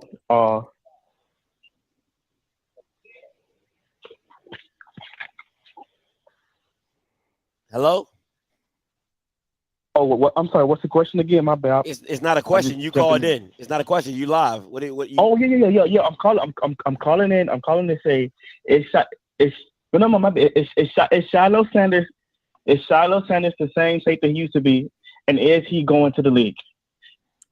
All right, appreciate the call. Nah. Bro, he felt like the kid that got in the cookie jar and didn't know what to do when he got there, bro. He was. oh, you talking to me? I think he could play in the USFL or XFL. I don't think he's an NFL. I don't think Shiloh's an NFL talent. That's just me personally. And once again, and just like he's not a first team or second team safety. You know what I'm saying? Even in the SWAC. So, I mean, he was hurt predominantly. Let me see what he looks like next year. We'll get back to that, but right now, no. If he stays. Can he transfer again? No, he can, but he got to sit out. I guess, yeah. I mean, so 64-45 coming to you. Hey, caller, you live. What's up, Scotty and Blue? I just got a question, man. I'm a Bama State homer, but I just feel like we got snubbed pretty bad in these lists, man. What do y'all think of as far as Keyshawn Johnson making one of these first and second teams at wide receiver, man? Nobody's talking about this kid. He's different. He's different. No, don't get me wrong, but that's what happens when you don't have the quarterback for the production. Like Keyshawn Johnson I love that kid. I said it from the spring. I said that kid is legit. 81. Him and Hickson, if I'm being honest, him and Hickson are probably next to Jackson State, probably have the most dynamic wide receiver. But you can't see it because you don't have the quarterback to throw it. True. But he flashes though. But a lot of people not watching the games like we are. He flashes, man, and I was just like, how can they not see this? But also, I don't know if y'all mentioned him, but Gaddy at D tackle for Bama State. Gaddy, of course, Jordan Nelson. I think y'all talked about him, but Gaddy's not getting any love either. He didn't even make second team all conference. I think that's a hard if you really look at the second team, that's a hard list to fit into, even on the second team. So it's literally like if you couldn't make the first team, they're gonna put you on the second team. But if you I don't think Gaddy is gonna go. I don't think Gaddy can out. Because nobody I would put Gaddy over on that second team D lineman. Even if you drop Now's Gaddy down, I'm still not putting that other Gaddy over top of that one. So.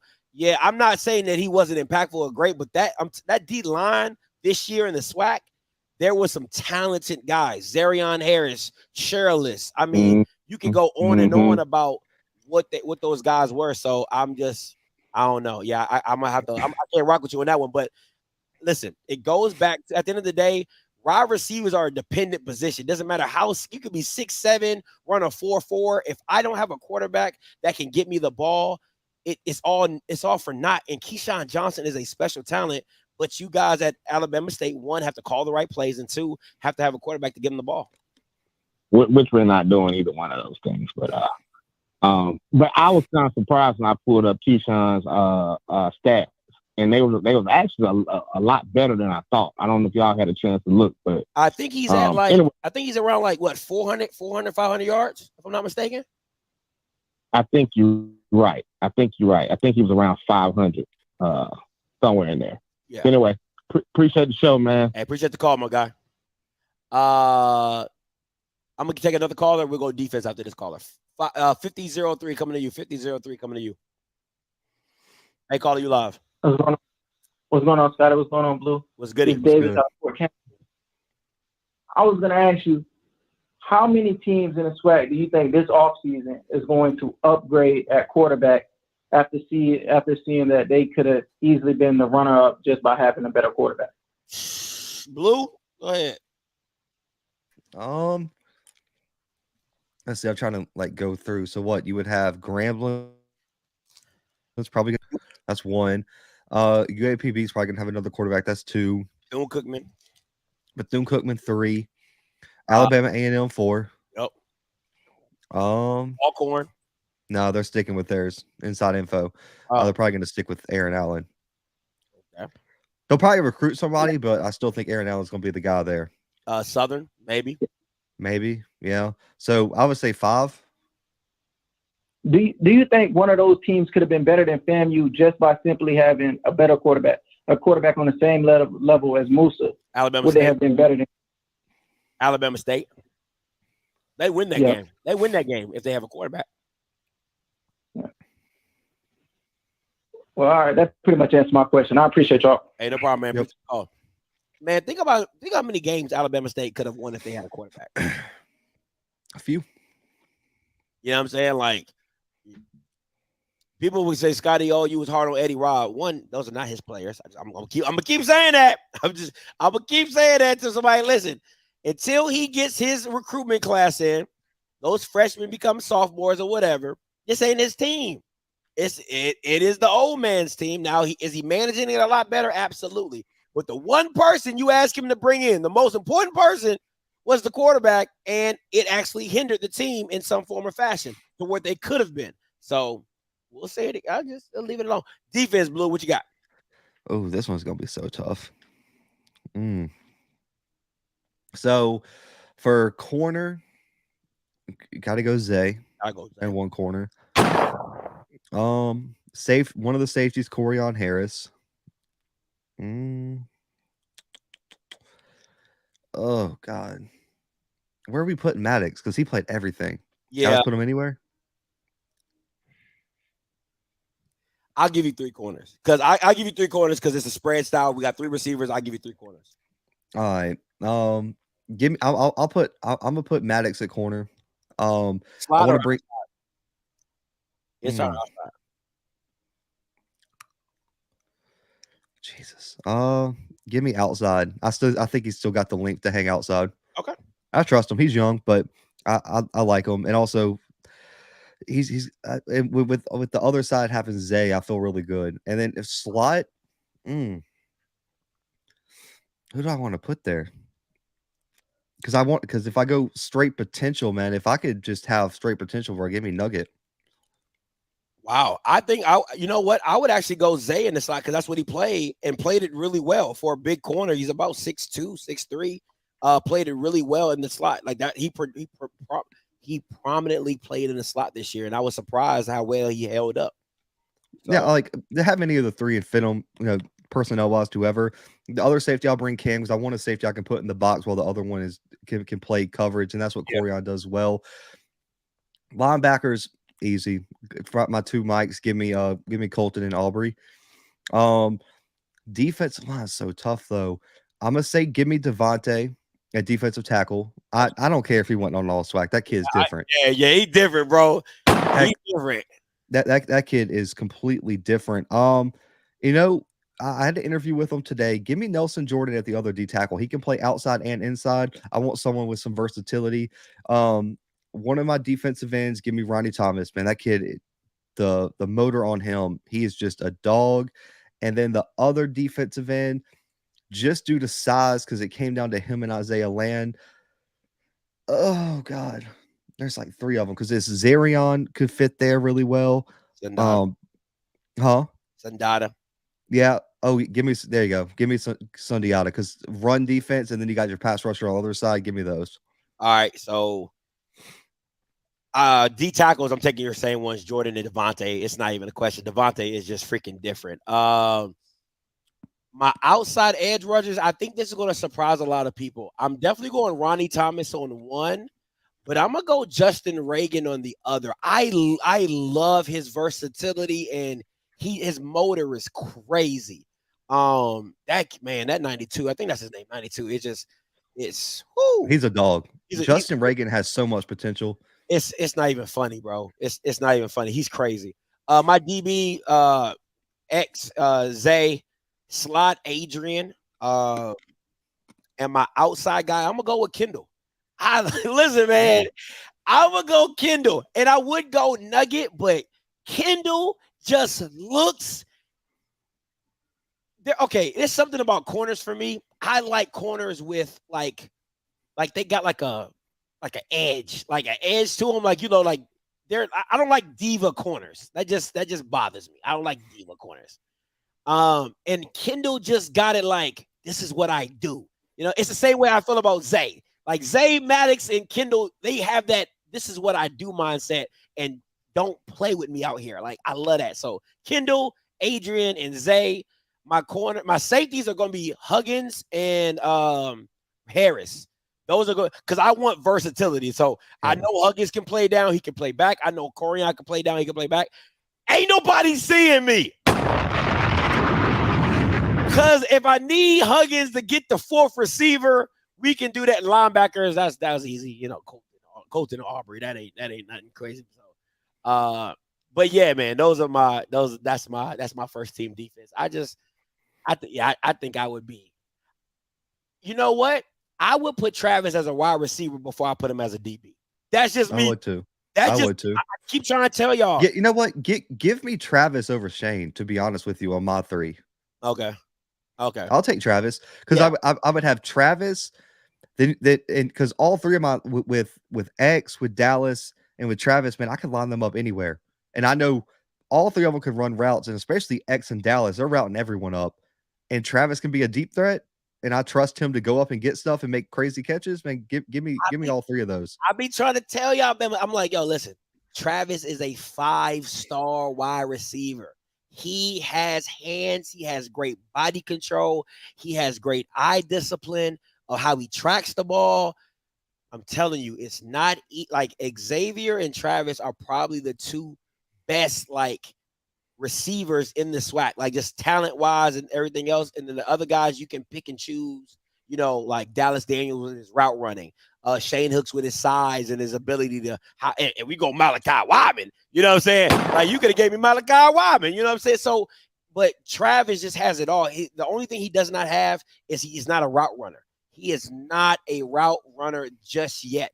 That you leave that to Xavier and Dallas, but just as a big play guy, yeah, Travis he's legit. He's just too diva-ish for me at corner, right? He don't like to tackle.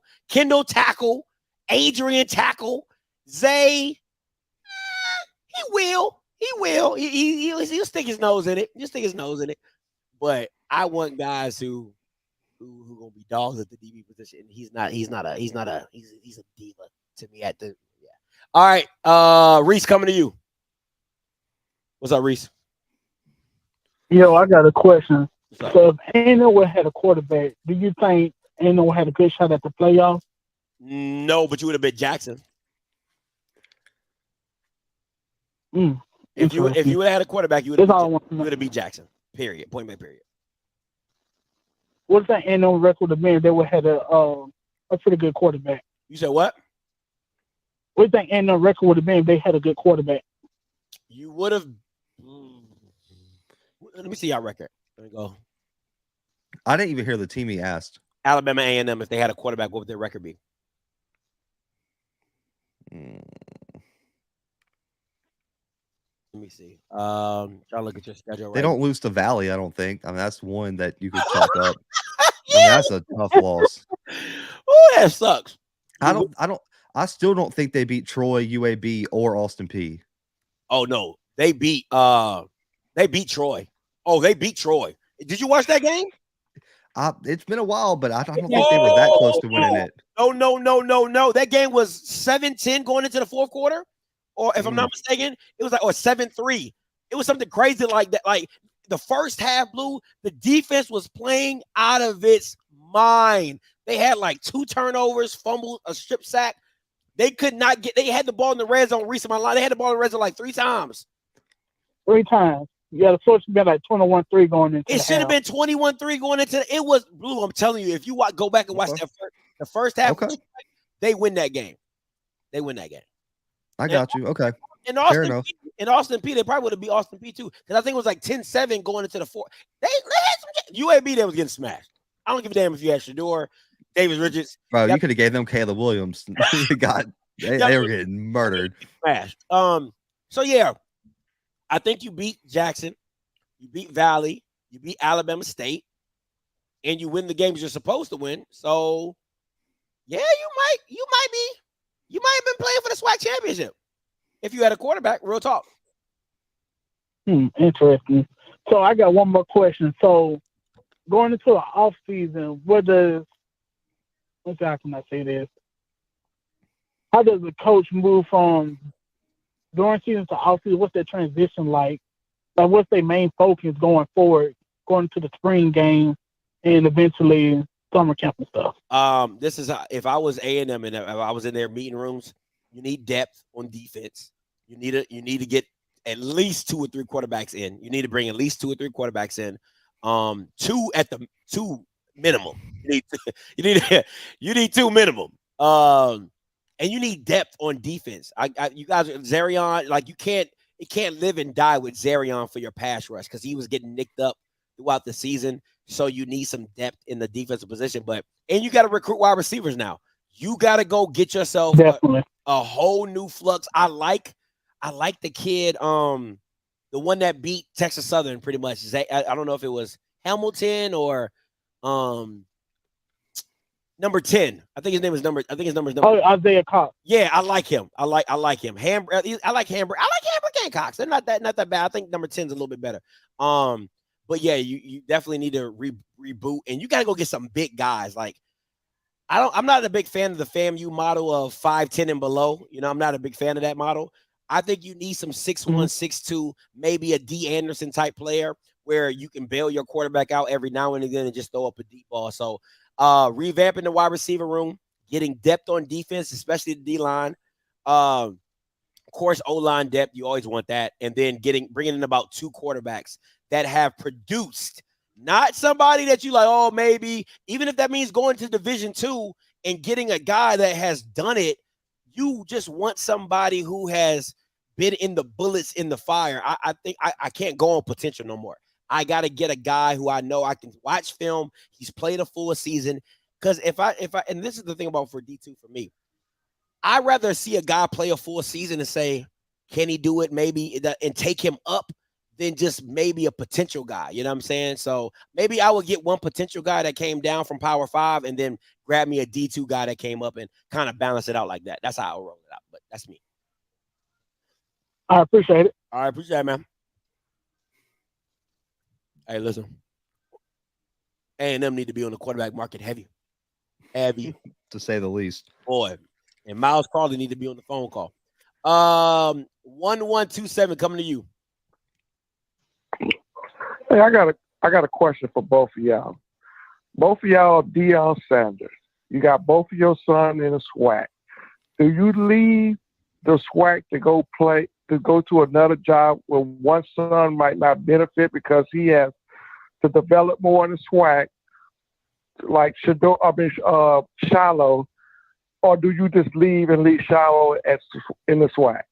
What would y'all do? Say that again. All right. Both of you are Deion. You know Deion about to get ready to leave. Do you leave because you want to bring Shador up to the Power 5 and leave Shiloh in the SWAC? Because if he leave, that means he loses a season to develop more. What would you do in that situation? Do you stop and think about, all right, I got one son that's going to stay because if I take him to the Power 5, he loses a season to develop. What would you do? I appreciate the call. Bro, I don't know. I'm not going to speak to because if you answer it one way, you're saying like you don't love his son. Like it's just like a trick question. I'll answer it. And let's also say like they're going if he leaves for like Colorado, like Shiloh did play in the SEC. Like you're acting like he can't play in the Pac-12. Like it's like Shiloh could still go. Like I mean, he's proven he can play at P5. I mean, he might not be a first team All Pac-12 selection, but he ain't a bum. Like I think that's kind of getting lost here. But and also like I heard this from a Jackson State fan, but Shiloh's already shown that he's not he doesn't have to play under his he went to South Carolina Yeah. Like Shallow, I will say this, man, Shallow looks like he loves Jackson. I will say that. Like, Yeah. I'm not saying he's gonna leave or not leave. I'm saying if he does, it would not surprise me at all if Shiloh wanted to stay at JSU and finish out his career, and it wouldn't surprise me in the slightest because he looks like he absolutely loves being in Jackson. I'll say this. I think the best fit for Shiloh is at Jackson. I think he is I think he's a Jew, whatever they call themselves, Jacktown Jew, Jack. I don't care. He is the embodiment of Jackson, Mississippi. Right now, as a father, would I want to leave my son behind? Absolutely not. But if that's where he feel he belongs, and the next regime coming in, he's going to be a starter. You don't sit Shiloh on the bench, like, because you ain't gonna have as much talent as his dad brought in. Now I don't know who they bring in. They might bring in a high profile guy. You know what I'm saying, to keep this thing rolling. Who knows? But if you just going off whoever, yeah, it's Shiloh is Jackson. Shiloh is Jackson, and I think he loves that city, and the city loves him. So I wouldn't be surprised if he stays. I really would not be surprised if he stays. So yeah, that's it. What's up? Oh, okay, cool. Yeah. So that's how I feel about Shiloh. And listen, if you know Shador is going to Colorado, okay? Shador is going to Colorado, and the reason Shador is going to Colorado is because at the end of the day, it ups if he goes there and plays well, it ups his draft portfolio, ups his draft stock. So it is what it is, and I don't think and Dion is not going to go without his son. It just is what it is.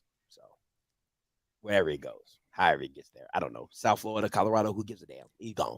All right, I'm still waiting to make these bets though. That's what I'm still waiting to make these bets. How much are you up to now? Like, I'm at 1,800.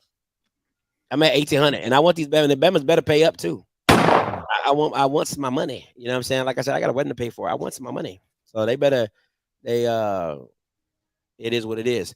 Let me ask you this, Blue. Short list for the Jackson State job if it comes open. What are you looking for? Oh, I got asked this earlier today. I have not put any research into this, any thought. I mean, look, if he doesn't take Dancy, I mean, Dancy would be an obvious in-state option, just even as a bridge. I mean, because at the end of the day, I know everyone's going to say celebrity hire, bro. Like, I'm sorry, Ray Lewis isn't coming in and doing what Prime did. Like, you got to go get you a coach that you know you can win, that you know could come in here and win and build a program. I would love to see Dancy. I know some people have said, what's his name? Willie Taggart. Yeah. Potentially. I mean, I don't hate that. He has a lot of experience. I mean, you got the Kevin Sumlins and everything like that, but I think Dancy would be the obvious in conference option, but I haven't put any research into it, so I'm not sure who would be on the short list as of right now, but I would have to imagine that those three names are somewhere close to it. Got you. All right. 9238 coming to you. Hey, calling you live.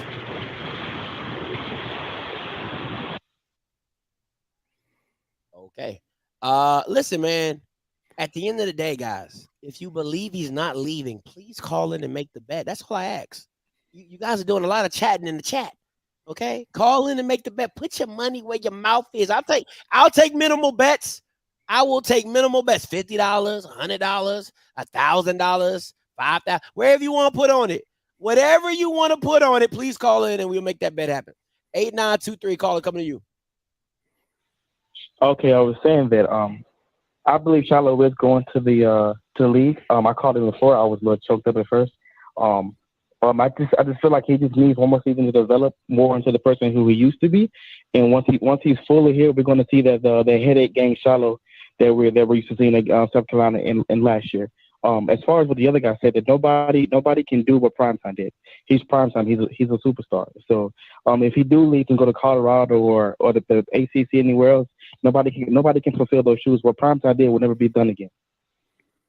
Thank you for the obvious, Captain. Like what? Like what? What? Like, bro, like That is super Captain Obvious type stuff. Oh, whatever what Dion done is can never be duplicated. He's freaking Dion. Like, what? Bama's is bugging tonight. All right, Blue, what you got going on for tomorrow, bro? Man, I'll have the live stream tomorrow night, previewing the SWAC Championship, second round of the FCS playoffs. Article coming on the website probably tomorrow. And if I feel better, we'll see, man. I got the hotel book, but could be in Jackson this weekend for the SWAC Championship, man, and probably make that call sometime tomorrow, depending on how I'm feeling. All right, let me take this call. 8700 coming to you. Yo, what's going on, Scotty, man? This Pandy. What's going on with you, bro? What's up, Pandy? You calling to make a bet? That's what we do. You calling to make it a bet?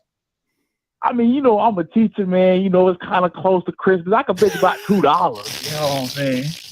That's too small. It's too small. It's too small. That's too small, Scott. I know you got a wedding, girl, but you know what I'm saying? Look, listen. I'm just calling in. I was gonna make a bet, but my bet too small. But I do think that Prime gonna stay though, bro. You can't put 100 on that. Nah, bro. I got 3 girls in my household and a wife, my boy. Man. Oh man. What about 50? Bro. No, I got you. Okay. I mean, you know, it is what it is. If that's what you believe, all right.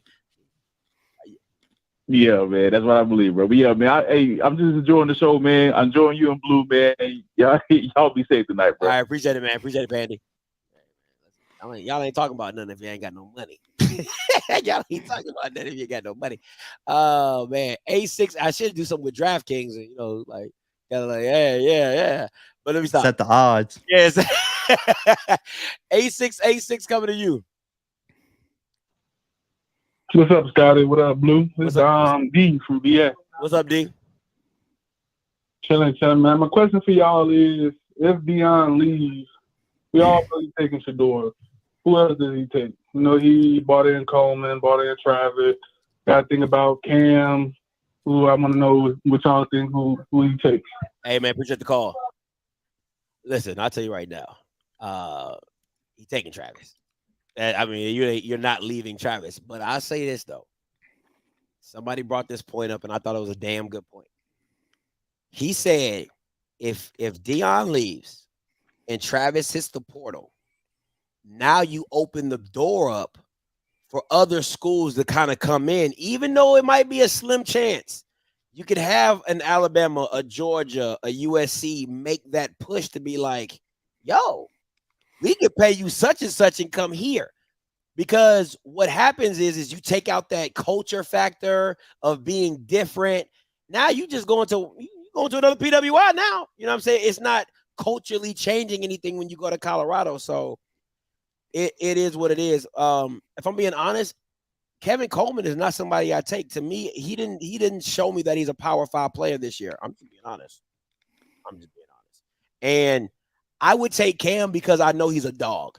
I don't know how productive he'll be at Colorado, but he's a dog. I'm taking him. If I'm Sylveon Wilkerson, I'm probably, even though I might have to sit out, I might have to roll. But I don't think you take that many people, if I'm being honest.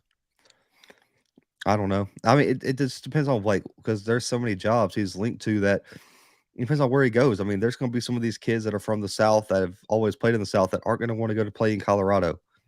That's facts. Trust me. I mean, I've lived in northern Kansas. It is miserable. And it's colder in Colorado than it is Kansas. And there's just there's going to be some people that don't want to go. And so it's just going to depend on where he goes. And then I'll make my decision on that. But we'll see. I don't know. Each kid, and also with eligibility too, who can transfer out? Who has because we saw with Isaiah Landon and some of those other guys, they couldn't transfer because of degree progress and things like that. I don't know where other kids would fit necessarily. And you don't know who all can go with them. So I don't know. If you're trying to call in, do not call the 214 number that says text me. All right. That's why I have text on the top of it. 214-396-0268. If you want to call into the show, it's 518-263-8124. All right. So if you're about to call, you better hurry up because I'm about to end this Jake in a little bit. I'm not doing any shows tomorrow. We will be traveling to Jackson, so we'll be in Jackson tomorrow, early Friday.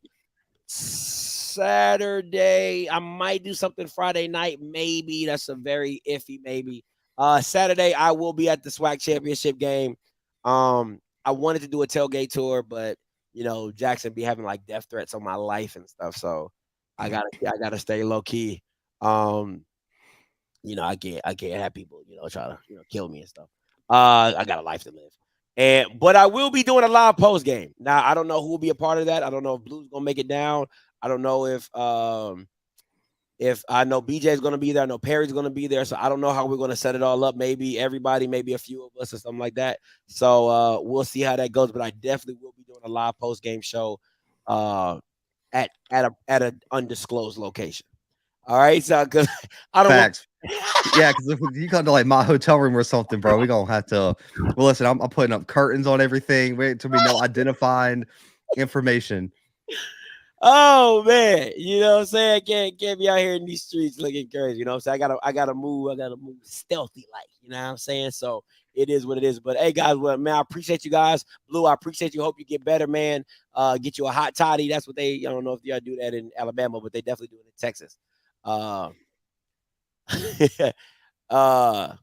yeah, I'll see you, mama body. Listen, guys, until next time, you know what I'm gonna do. I'm gonna holler. God bless.